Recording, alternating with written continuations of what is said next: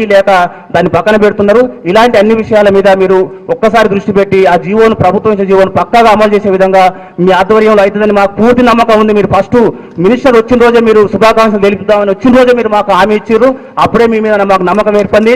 దానికి తోడు మా చైర్మన్ గారు కూడా అసోసియేషన్ భవన్ కూడా ఒకటి మీరు ఏమైనా ఏర్పాటు చేస్తే, ఇంతమంది ఉన్నారు మాకు ఎప్పుడన్నా వచ్చినప్పుడు బిల్డింగు అన్ని జిల్లాలలో కూడా ఆల్రెడీ ఆదిలాబాద్ జిల్లాలో ఏర్పాటు చేశారు. చెప్పిన మనకు అసోసియేషన్కి ఒక బిల్డింగ్ కూడా మన కార్పొరేషన్ పక్కన కమిషనర్ దాంట్లో కూడా ఒక బిల్డింగ్ ఏదైనా ఇప్పిస్తే బాగుంటుంది అన్న. కానీ ఇంతమంది ఏదో పనుల మీద వస్తూ ఉంటారు, వచ్చినప్పుడు షెల్టర్ లేకుండా ఆ రోజు నైట్ ఇబ్బందుల పాలవుతారు. ఇక్కడికి రావాలంటేనే స్ట్రెచెస్ మీద ఇబ్బంది అవుతుంది. అదొకటి మీరు తీసుకొని హౌజెస్లో కూడా మాకు ఏమైనా అవకాశం ఉంటే 5% రిజర్వేషన్ పక్కగా ఇంప్లిమెంట్ చేస్తారని కోరుకున్నాం అన్నగారు. మీరు మాకు రావడమే ఇక్కడ చాలా అదృష్టంగా భావిస్తున్నాం. మీరు నిజంగా మా గుండెల్లో చిరస్థాయిలో ఉండిపోతారన్న. రాష్ట్రం మొత్తం అన్ని ఉద్యోగాలలో అక్కడ అందరూ మేధావులు ఉన్నారన్న. గ్రూప్ ఓ క్యాడర్ కూడా ఉన్నారు. గెజిటెడ్ ఆఫీసర్లు కాంచి అటెండర్ల కాడికి అందరూ ఉన్నారు. ఇక్కడ డిప్యూటీ కలెక్టర్లు కూడా ఉన్నారు. కాబట్టి మీరు మా మీద నమ్మకంతో వచ్చినందుకు మీకు ప్రత్యేకంగా మా తరపు నుంచి హృదయపూర్వక ధన్యవాదాలు తెలియజేసుకుంటున్నాం. మాకు తోడుగా మాకు చైర్మన్ గారిని కూడా మీరు మంచి జోడి ఉంది సార్, మీ ఇద్దరు జోడి. మాకు ఏ సమస్య వచ్చినా పూర్తి ధైర్యం ఉంది. ఏ రాత్రి వచ్చినా మాకు చైర్మన్ గారు ఉన్నారు, మాకు మినిస్టర్ గారు ఉన్నారు. చైర్మన్ గారు చెప్పగానే మీకు చెప్తున్నారు ఎట్లనో కానీ వెంటనే సమస్యలు అయితే పరిష్కారం అవుతున్నాయి.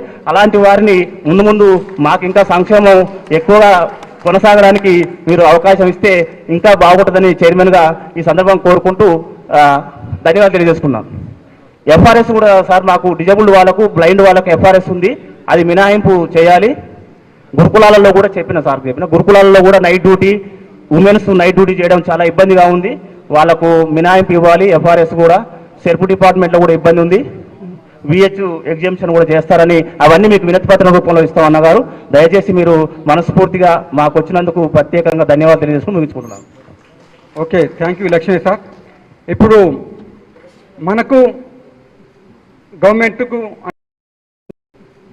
గవర్నమెంట్కు అంటే మన గౌరవ మినిస్టర్ గారికి వారధిగా సారథిగా ఉన్నటువంటి మన గ్రేట్ హానరబుల్ ఎక్స్ చైర్మన్. ఎందుకంటే అన్న అంటే నేనున్నా అని మిడ్ నైట్ అయినా ఫోన్ ఇస్తే ఒక మంచి, ఎందుకంటే మన జాతి బిడ్డ, మన వికలాంగుడు, మన దివ్యాంగుడు, మన సాధక బాధకాలు తెలిసిన వ్యక్తి, ఏ అర్ధరాత్రి అపరాధం చేసుకున్న రిస్క్ పడకుండా ఫోన్ ఎత్తి మనకు ప్రాబ్లం సాల్వ్ చేసే వ్యక్తి. ఈ మధ్యనే చాలా డిపార్ట్మెంట్స్ మరి ఈ 34 జీవో ఇంప్లిమెంట్ చేయకుండా ఉంటే వాళ్ళకు అధికారులకు చేసేసి మీకు అట్రాసిటీ యాక్ట్ కింద మిమ్మల్ని లోపలేపిస్తామని చెప్పేసి వార్నింగ్ ఇచ్చి మనకు చేసిన మరి మన ముతినేని వీరయ్య గారు. ఎందుకంటే సార్ కూడా నేను ఒక విన్నపం చేయదలుచు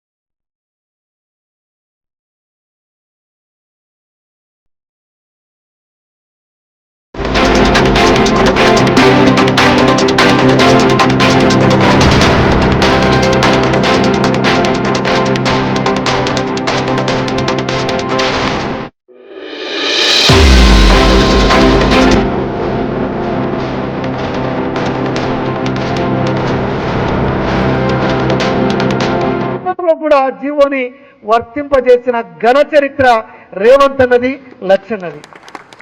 గొప్ప జీవో అన్నది. తీవ్ర వైకల్యం ఉన్న తల్లిదండ్రులు బాధపడాల్సిన అవసరం లేకుండా వాళ్ళకి అక్కడే ప్రమోషన్ లేదా దగ్గర చోట ప్రమోషన్ పొందేలా జీవో ఉంది. 70% పైన వైకల్యం ఉన్న వికలాంగులకి ట్రాన్స్ఫర్ లేకుండా ఉండేలా జీవో ఉంది.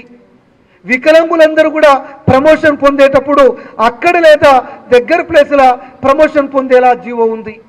మరొక్క మాట, మరి వికలాంగుల పెద్దన్న రేవంత్ అన్న, మరో పెద్దన్న లచ్చన్న వికలాంగుల ప్రపంచ వికలాంగుల దినోత్సవం రోజు వికలాంగ ఉద్యోగులకి ఆన్ డ్యూటీ సౌకర్యం ఇప్పించి గొప్ప వ్యక్తులు వీళ్ళిద్దరు కూడా. ఇవాళ మీ అందరికీ తెలుసు, వికలాంగుల కార్పొరేషన్లో 2010 పిఆర్సీ కానీ, 2015 పిఆర్సీ కానీ, 2020 పిఆర్సీ కానీ 3 పిఆర్సీలు కూడా ఏకకాలంలో మొన్న దసరా రోజున ఇప్పించిన గొప్ప చరిత్ర లచ్చన్నది, రేవంత్ అన్నది. మరి ఆనాడు రాజశేఖర రెడ్డి మాత్రమే 3 పిఆర్సీలు ఇచ్చారు 2005లో.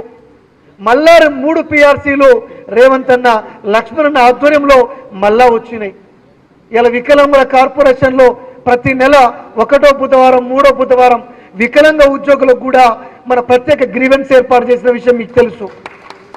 వందలాది మంది వికలాంగ ఉద్యోగుల సమస్యలు కూడా మనం పరిష్కారం చేసిన విషయం కూడా మీకు తెలుసు.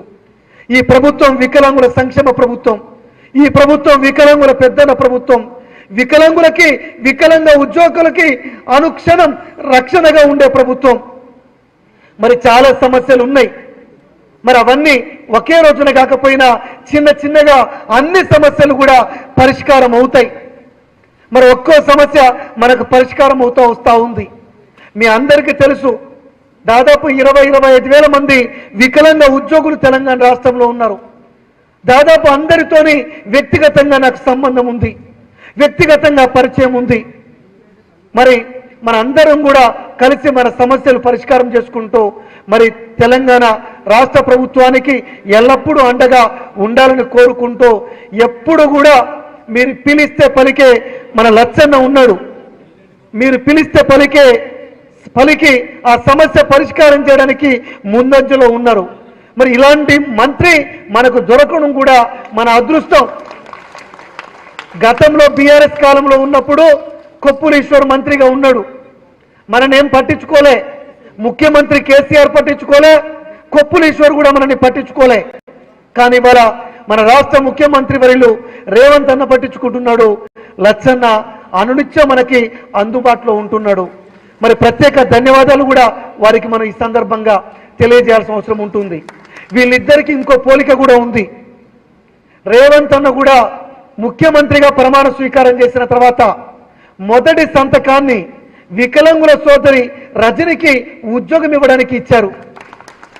అదే తరహాలో మంత్రిగా బాధ్యతలు స్వీకరించగానే మన ఆత్మబంధువు లచ్చన్న వికలాంగులు ఆర్థికంగా ఎదగాలి, వికలాంగులు ఆర్థికంగా బాగుపడాలి అనే ఆలోచన చేసి సెల్ఫ్ హెల్ప్ గ్రూపుల మీద సంతకం చేసిన గొప్ప చరిత్ర లచ్చన్నది. మరి ఆ సంతకం మామూలు సంతకం కాదు. 13,000 వికలాంగుల స్వయం సహాయక సంఘాలు ఇలా తెలంగాణ రాష్ట్రంలో ఏర్పడ్డాయి. 84,000 మంది వికలాంగులు పొదుపు చేసుకుంటున్నారు. మరి అట్లాంటి సంతకం చేసిన మహానుభావుడు మన లచ్చన్నకి నిజంగా సమస్త తెలంగాణ వికలాంగుల తరపున వేల నమస్కారాలు, ధన్యవాదాలు తెలియజేస్తా ఉన్నామన్నా. మరి ఈ అవకాశం ఇచ్చిన మీ అందరికి కూడా ధన్యవాదాలు తెలియజేస్తూ, మీ అందరికీ నా తరపున ఒక రిక్వెస్ట్ ఏంటంటే, ఈ ప్రభుత్వం మన ప్రభుత్వం, మన సంక్షేమాన్ని చూసే ప్రభుత్వం కాబట్టి అందరూ కూడా కొంచెం ఓపిక చేసుకోవాలి.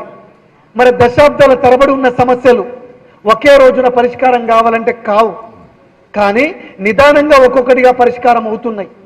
కాబట్టి ఈ విషయాన్ని గుర్తుంచుకొని మనం ప్రజాపాలన ప్రభుత్వానికి అండగా ఉండాలనే విషయాన్ని తెలియజేస్తూ, ఈ అవకాశం ఇచ్చిన పెద్దలందరికీ కూడా ధన్యవాదాలు తెలియజేస్తూ, వికలాంగుల ఐక్యత, రేవంత్ నాయకత్వం, లచ్చన నాయకత్వం, జై వికలాంగ్. Thank you. Thank you chairman sir. అదేవిధంగా ఈరోజు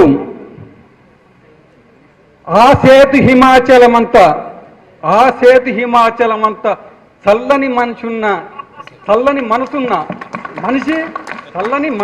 మనిషి మన గౌరవ ముఖ్యమంత్రి మన మంత్రివర్యులు గారు. ఎందుకంటే ఈ ప్రభుత్వం రాగానే ఒక వికలాంగురాలికి ఉద్యోగం ఇచ్చిందంటే మరి మన వికలాంగుల పట్ల ఎంత కన్సర్న్ ఉందో మనం చూసుకోవాలి. ప్రభుత్వానికి, ముఖ్యమంత్రి గారికి, మరి మన మంత్రివర్య గారికి నేను అభినందనలు తెలియజేస్తూ, నేను ఫస్ట్ టైం సార్ని కలిసినప్పుడు అసోసియేషన్ తరఫున ఒకటే చెప్పారు, హబీబ్ గారు నేను ఫైనాన్షియల్ ఇంప్లికేషన్ లేని అన్ని ప్రాబ్లమ్స్ మీకు సాల్వ్ చేస్తాను, మీరు డోంట్ వరీ అని చెప్పారు. నేను కూడా డౌన్ టు ఎర్త్ వచ్చిన వ్యక్తి ప్లస్ స్టూడెంట్ లీడర్గా వచ్చిన వ్యక్తి కాబట్టి నాకు అన్ని సాధక బాధకాలు తెలుసు. నాకు కొంచెం సమయం అని చెప్పారు. మనం వేచి చూద్దాం. ఎందుకంటే అన్న అంత పెద్ద మనసుతోటి అంత మన అలింగనం చేసుకొని మనకు ఒక పెద్దన్నలాగా అన్న అంటే నేను ఉన్నా, మీకోసం మీకు అండగా ఉన్నాను, నాకు అన్ని సాధక బాధకాలు తెలుసు, నేను అన్ని చేస్తాను.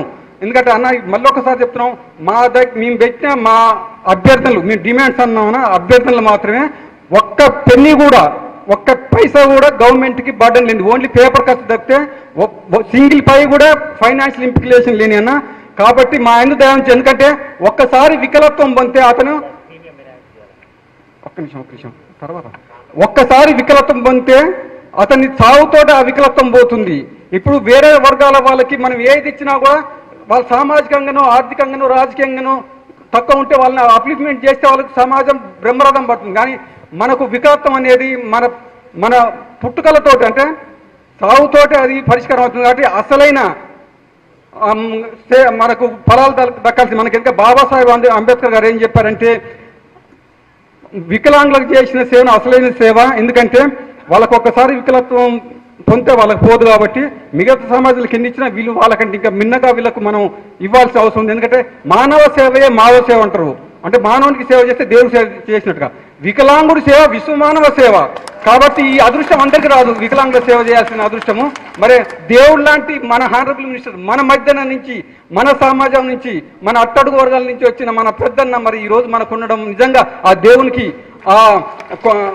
కొమరెల్లి మల్లన్నకు నేను ఒక్కసారి అభినందన తెలియజేస్తూ, మరి గౌరవ మంత్రివర్యులు మన పెద్దన్నని వారి యొక్క అమూల్యమైన సందేశాన్ని మనను గూర్చి ఇవ్వాల్సిందిగా నేను వారిని ప్రార్థిస్తూ, మరి వాళ్ళు మాట్లాడాల్సిందిగా వారి యొక్క అమూల్యమైన సందేశాన్ని ఇవ్వాల్సిందిగా కోరుతున్నాను. Thank you.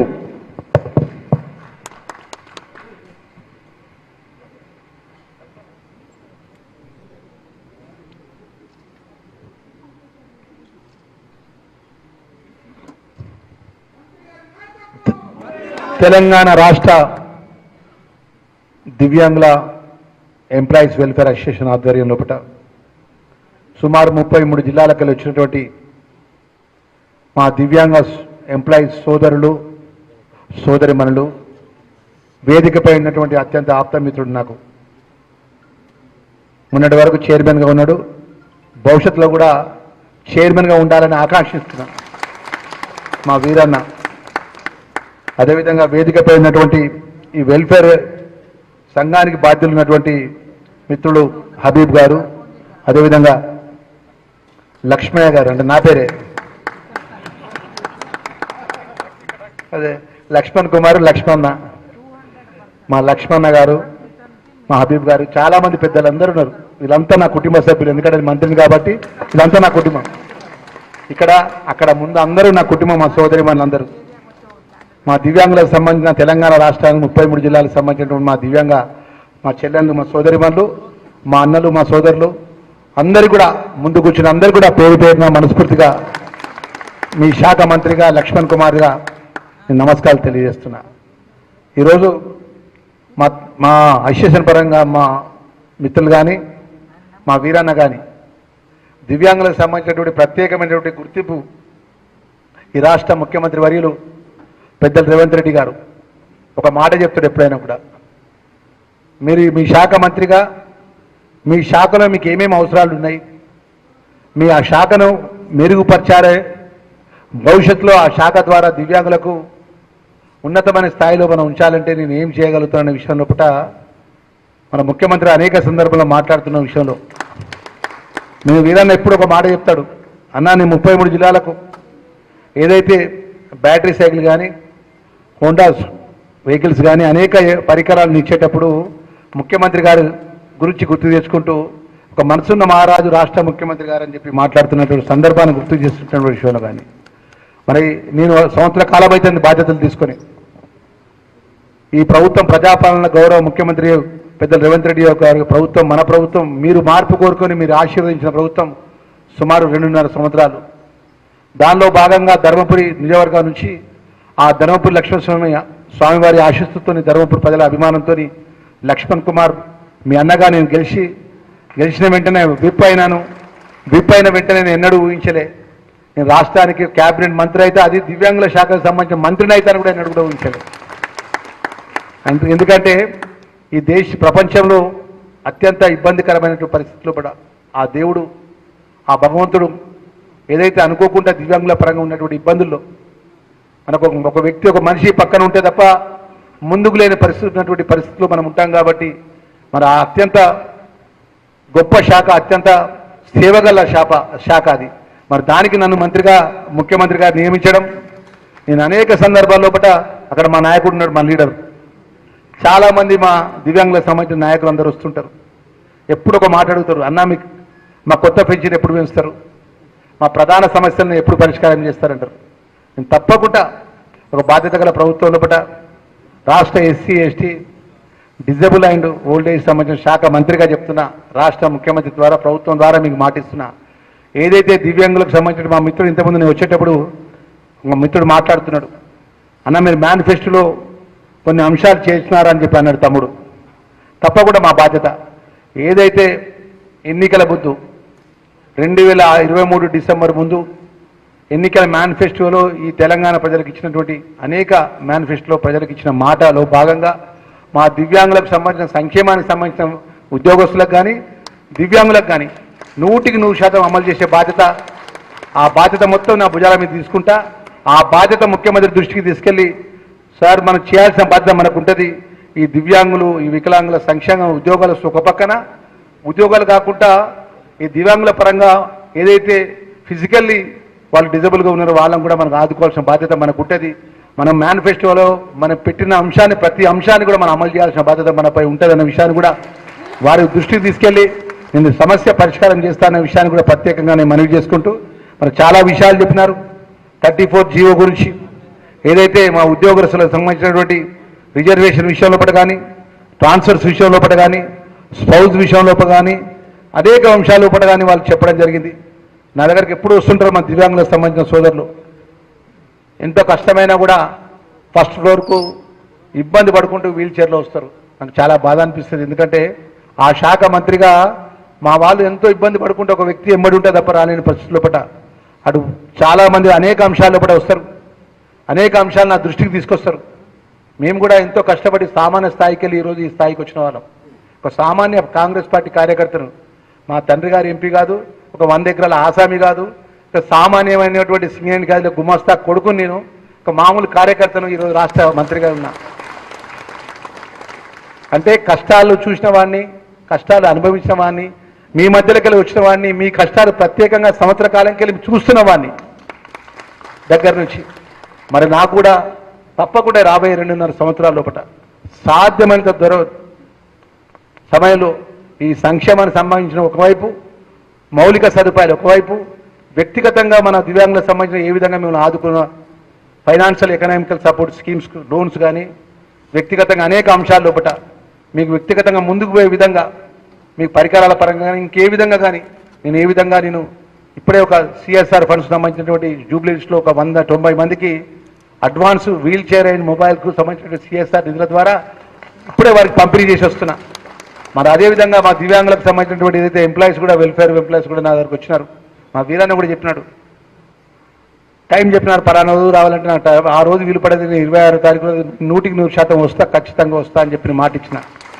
ఎందుకంటే ఆ శాఖ మంత్రిగా మీకు ఏ కష్టమైనా ఏ ఇబ్బంది అయినా ప్రభుత్వంపై మెప్పియాలి, ముఖ్యమంత్రి గారి దృష్టికి తీసుకెళ్ళాలి, ఆర్థిక శాఖ మంత్రి దృష్టికి తీసుకెళ్ళాలి, పరిష్కారం చేయాల్సిన బాధ్యత నాపై ఉంటుంది.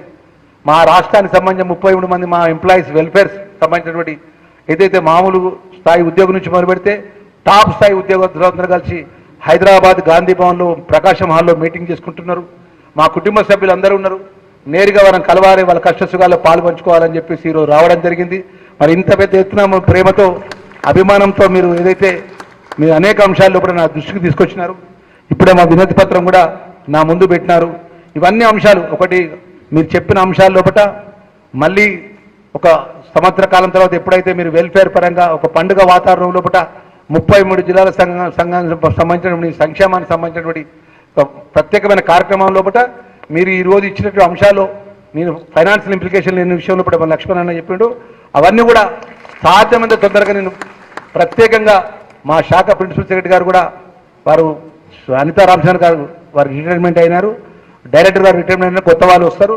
ఆ వచ్చిన తర్వాత సంఘాల పరంగా చాలామందికి నేను టైం అడుగుతున్నారు, అన్న మా సమస్యలు ఉన్నాయి, మీతో చర్చించుకోవాలి, మీతో మీ పరిష్కారానికి మీరు మార్గం వెతకాలి, మాకు మీరు తప్ప ప్రభుత్వంలో మీరున్నారు, ప్రభుత్వం మీ ఓట్లు ఇష్టం మీరు చేయాలంటున్నారు. తప్పకుండా సంఘాల అందరూ కూడా నేను ప్రత్యేకంగా ప్రతి సంఘానికి ప్రతి పెద్దలకు టైం ఇస్తా, మీ సమస్యలు వింటా, ఏదైతే విన్న లోపల న్యాయమైన సమస్యల లోపల ప్రభుత్వం దృష్టికి తీసుకెళ్లి ఆ శాఖ మంత్రిగా లక్ష్మణ్ కుమార్ మీ అన్నగా అన్నీ పరిష్కరిస్తా. కానీ ఆర్థికంగా ఏదైతే బాధ్యత ఉంటుందో ఒత్తిడి ఉంటుందో అది ఏ విధంగా ఈరోజు తెలుసు మీ అందరికీ ఇక్కడ వేదిక పోయిన వాళ్ళంతా కూడా మరి వ్యక్తిగతంగా ఉదయం చూస్తే పేపర్ చదువుతారు, సోషల్ మీడియా చేతిలో సెల్ ఫోన్ ఉంటుంది. మరి సోషల్ మీడియా పేపర్ ద్వారా గత 2014 నుంచి 18 నుంచి 23 వరకు ఉన్నటువంటి ప్రభుత్వం కానీ ప్రభుత్వ పెద్దలు కానీ దివ్యాంగులకు సంబంధించిన విషయంలో కానీ అనేక సమస్యలు కానీ నేను శాఖ అధికారులను అడిగినాను. గత ప్రభుత్వంలో మన దివ్యాంగుల పరంగా మన ఉద్యోగస్తులకు కానీ దివ్యాంగ కుటుంబాలకు ఏమైనా ప్రభుత్వం మేలు చేసిందని అడిగినాను. మరి ఆ అధికారులు అంటారు ప్రత్యేకంగా ఆ శాఖకు సంబంధించినటువంటి ఆ శాఖ మంత్రి కానీ ఆ శాఖ అధికారులు కానీ ప్రత్యేకంగా ఆ దివ్యాంగులకు సంబంధించిన వాళ్ళని కలవడం కానీ ఆ ఉద్యోగస్తుల విషయాలు వినడం కానీ జరిగే పని కాదు సార్. వాళ్ళు ఎక్కడ ఉంటారో ఏముంటారో కానీ మీరైతే అందరినీ కలుస్తున్నారు, అందరూ మీ మీద నమ్మకం పెట్టుకున్నారు, ఆ నమ్మకం పెట్టుకునే అందరు అభిమానంతో ఉన్నారు అని చెప్పి మా ఉద్యోగస్తులు మా అధికారులు చెప్తున్నారు.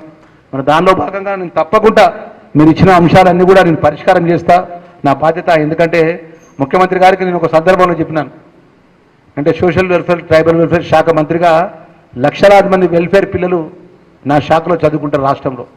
నేను 33 జిల్లాలకు సంబంధించినటువంటి దివ్యాంగులకు కూడా నా దగ్గర ఉంటే చెప్పిన ఈ రాష్ట్రానికి సంబంధించినటువంటి గత 14 నుంచి 23 వరకు ఆర్థికంగా వాళ్ళు సంక్షోభం చేసి ప్రతి నెల గత ప్రభుత్వం చేసిన అప్పులు 6,000 కోట్ల రూపాయలు వడ్డీ కట్టుకుంటూ ఈ సంక్షేమానికి సంబంధించిన అనేక కార్యక్రమాలు అమలు చేసిన సందర్భంలో నేను చెప్పిన ఏదేమైనా కూడా ఎంటైర్ తెలంగాణ రాష్ట్రంలో ఉన్నటువంటి వెల్ఫేర్ పిల్లలకు సంబంధించినటువంటి డైట్ ఛార్జీలు కానీ కాస్మెటిక్ ఛార్జీలు కానీ రెంట్స్ కానీ టీచింగ్ చేసే టీచింగ్ స్టాఫ్ కానీ నాన్ టీచింగ్ కానీ దివ్యాంగులకు సంబంధించిన స్కూల్స్కి సంబంధించిన వాళ్ళ యొక్క టీచింగ్ విషయంలో కానీ అదేవిధంగా దివ్యాంగులకు సంబంధించిన సంక్షేమానికి సంబంధించిన విషయంలో కానీ ఆర్థికంగా మనం ఎంత ఒత్తిడి ఉన్నా ప్రతి నెల మొదటి వారంలో వాళ్ళ పెండింగ్ బకాయిలు లేకుండా రిలీజ్ చేయాలి.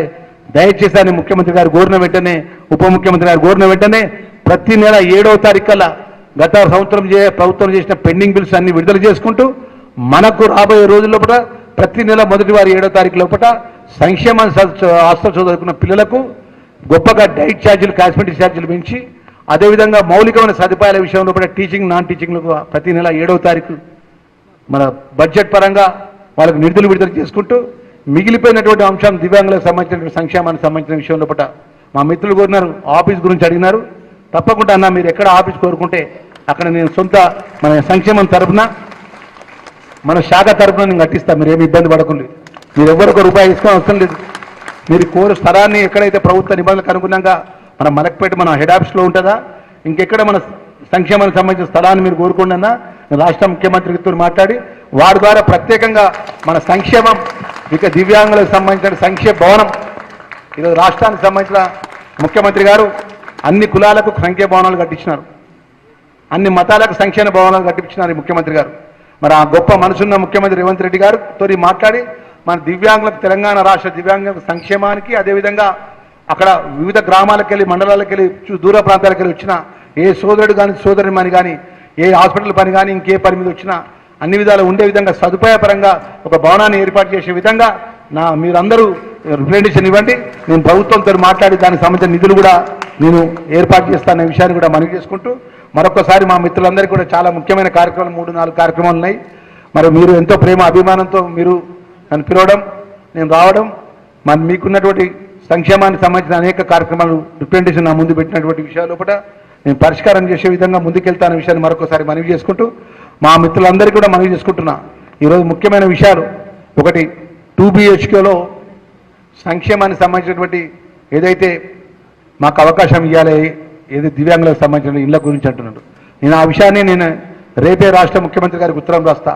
ఈ హైదరాబాద్ మహానగరంలో కానీ, జిల్లా హెడ్ క్వార్టర్లో కానీ, మండల హెడ్ క్వార్టర్లో కానీ ఎక్కడైనా ఇందిరామ ఇల్లు ఇచ్చిన, జిల్లా హెడ్ క్వార్టర్లో 2 BHK ఇచ్చిన, హైదరాబాద్ మహానగరంలో 2 BHK ఇచ్చిన మా దివ్యాంగులకు సంబంధించిన కుటుంబాలకు, పేదవాళ్లకు ప్రత్యేకంగా వాళ్లకు ఆ ఇళ్లను కేటాయించాలని ఒక రిప్రజెంటేషన్ ముఖ్యమంత్రి గారి దృష్టికి తీసుకెళ్తాననే విషయాన్ని మనవి చేసుకుంటూ, మన చివరిగా అదేవిధంగా EPSకి సంబంధించిన విషయం కూడా తమ్ముడు చెప్పిండు. అది కూడా నేను సాధ్యమైన తొందరగా నేను అధికారులతో మాట్లాడి పరిష్కారం చేస్తాననే విషయాన్ని కూడా రెండో విషయం మనవి చేసుకుంటూ, మరి బస్సులో కూడా మరి ఎవరైతే దివ్యాంగులకు సంబంధించినటువంటి మా RTC మినిస్టర్ గారితో మాట్లాడి ముఖ్యమంత్రి గారి దృష్టికి తీసుకెళ్ళి ఆ బస్ పాస్ విషయంలో కూడా ప్రత్యేకంగా ఫ్రీ బస్సు అన్నా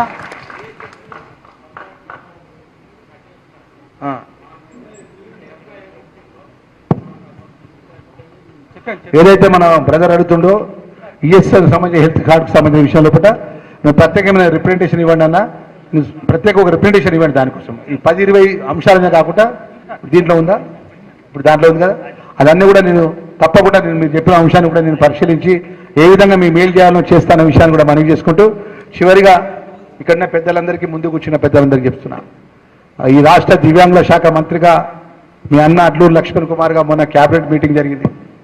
క్యాబినెట్లో మీటింగ్ జరిగిన అంశం మీకు ప్రత్యేకంగా నేను చెప్తున్నా. నేను ఒక మాట ముఖ్యమంత్రి దృష్టికి తీసుకెళ్ళా. అన్న, మీరు ఈ రాష్ట్రంలో సంక్షేమానికి సంబంధించినటువంటి శాఖ మంత్రిగా నేనున్నా, దివ్యాంగుల శాఖ మంత్రిగా నేనున్నా. ఈ రాష్ట్ర చట్టసభల లోపల మా వికలాంగుల దివ్యాంగులకు కూడా కోఆప్షన్ సభ్యునిగా ఏదైతే మున్సిపల్లో కానీ గ్రామ పంచాయతీలో కానీ కోఆప్షన్ సభ్యుని ఎన్నుకుంటారు. ఆ ఎన్నుకున్న దాంట్లో ఆ మండలంలో దివ్యాంగులు ఎవరుంటే వారికి, అది మున్సిపాలిటీలో దివ్యాంగులు ఎవరుంటే వారికి, హైదరాబాద్ GHMC ఎవరుకుంటే వారికి ఒక కోఆప్షన్ సభ్యునిగా చట్టసభల్లో కూడా మా దివ్యాంగులను గుర్తించే విధంగా మీరు ఆలోచన చేయాలని క్యాబినెట్లో నేను చర్చ చేసిన. అది ముఖ్యమంత్రి గారి దృష్టికి తీసుకెళ్తే ముఖ్యమంత్రి గారు అన్నారు, ఇప్పుడు ట్రాన్స్జెండర్స్ సంబంధించిన ఏదైతే వారికి చట్టసభ లోపల మీకు ఆలోచన చేస్తున్నాం, నెక్స్ట్ మీటింగ్ లోపల ఈ విషయాన్ని అంశాన్ని పరిశీలిస్తామంటే చెప్పిన. ఆల్రెడీ ఇద్దరికి కోఆప్షన్ సభ్యులుగా మనం GHMSలో కానీ అదేవిధంగా ఇతర స్థానిక ఎన్నికల లోపల ఇస్తాం. ఆ ఇద్దరిలో ఒకరికి మాకు వికలాంగ ప్రత్యేకమైనట్టు మా దివ్యాంగులకు సంబంధించిన వాళ్ళకే ఇవ్వాలని చెప్పి నేను కోరిన. దానికి మరి సానుకూలంగా మన ముఖ్యమంత్రి గారు స్పందిస్తారని నమ్మకం నాకున్నది. శ్రీధర్ బాబు గారు IT శాఖ మంత్రులు కూడా నేను మాట్లాడిన వెంటనే వారు చెప్పినారు, ఈ రాష్ట్రానికి సంబంధించినటువంటి ఏదైతే మనకు దివ్యాంగులందరూ కూడా మనం ప్రభుత్వం అండగా ఉంటుందని ఒక మెసేజ్ పోతుందని చెప్పేసి ముఖ్యమంత్రి గారి దృష్టికి తీసుకెళ్లిన విషయం ఈ ప్రత్యేకంగా ఈ సమావేశంలో మనవి చేసుకుంటూ, మన దేవుడి దయతో తప్పకుండా ఈ న్యాయమైన సమస్యల విషయంలో పట్ల గౌరవ ముఖ్యమంత్రి గారు చర్చించి నా శక్తి కొద్దీ నా ప్రయత్నం చేస్తా. ఎక్కడ కూడా ఏ మిత్రుడైనా ఏ అన్నైనా ఏ తమ్ముడైనా ఒక విషయాన్ని మనవి చేసుకుంటున్నా. దయచేసి ఈ ప్రభుత్వం మన ప్రభుత్వం, మనం మార్పు కోరుకొని మనం ఆశీర్వదించిన ప్రభుత్వం. మీ మంత్రిగా మీ అన్నగా మీ అంశంలో మీరు మా దగ్గరికి తీసుకురండి. మాతోని పరిష్కారం కానప్పుడు మీరు సోషల్ మీడియాలో మాట్లాడండి, మాతోని పరిష్కారం కానప్పుడు మా మీద ఆరోపణ చేయండి. కానీ అంశాన్ని మా దృష్టికి తీసుకురాకుండా సోషల్ మీడియాలో ప్రభుత్వాన్ని ఇబ్బంది పెట్టే విధంగా కానీ, మమ్మల్ని ఇబ్బంది పెట్టే విధంగా కానీ, ముఖ్యమంత్రి గారిని ఇబ్బంది పెట్టే విధంగా వస్తే మాకేమవుతుందంటే, ఒక మంత్రిగా నేను ముఖ్యమంత్రి దగ్గరికి వెళ్ళి ఆ శాఖ పరంగా అడిగినప్పుడు వాళ్ళు మనం ఈ విధంగా తక్కువ చేసి విమర్శిస్తున్నారు కదా, మన ఒక పాజిటివ్ లేకుండా నెగిటివ్ ఒపీనియన్ పోతుంది. కాబట్టి 2.5 సంవత్సరాలు ఈ ప్రభుత్వం మీ ప్రభుత్వం ఉంటుంది. 2.5 సంవత్సరాలతో మీ ఆశీర్వాదం, మీ అభిమానం ముఖ్యమంత్రిపై ఉండాలని కోరుకుంటూ, మీ ఇచ్చిన మాటలను అమలు చేస్తారనే విషయాన్ని మనవి చేసుకుంటూ, ఏదున్నా సోషల్ మీడియాలో కూడా పోస్టులు పెట్టకుండా మాట్లాడకుండా మీ లక్ష్మణ్ కుమార్ మీ అన్నగా ప్రతి మంగళవారం, బుధవారం, శుక్రవారం నేను సెక్రటరీలో అందుబాటులో ఉంటా. మిగతా శని, ఆది, మన శుక్రవారం, శనివారం, ఆదివారం, సోమవారం 4 రోజులు నా కాన్ఫరెన్స్లు ఉంటాయి. ఎందుకంటే నా కాన్ఫరెన్స్ ప్రజలు ఇస్తేనే నేను ఎమ్మెల్యే అయినా, నా కాన్ఫరెన్స్ ప్రజలు నాకు సలహా చూస్తే నేను ఎమ్మెల్యే అయినా. వాళ్ళు ఒక 4 రోజులు వాళ్ళ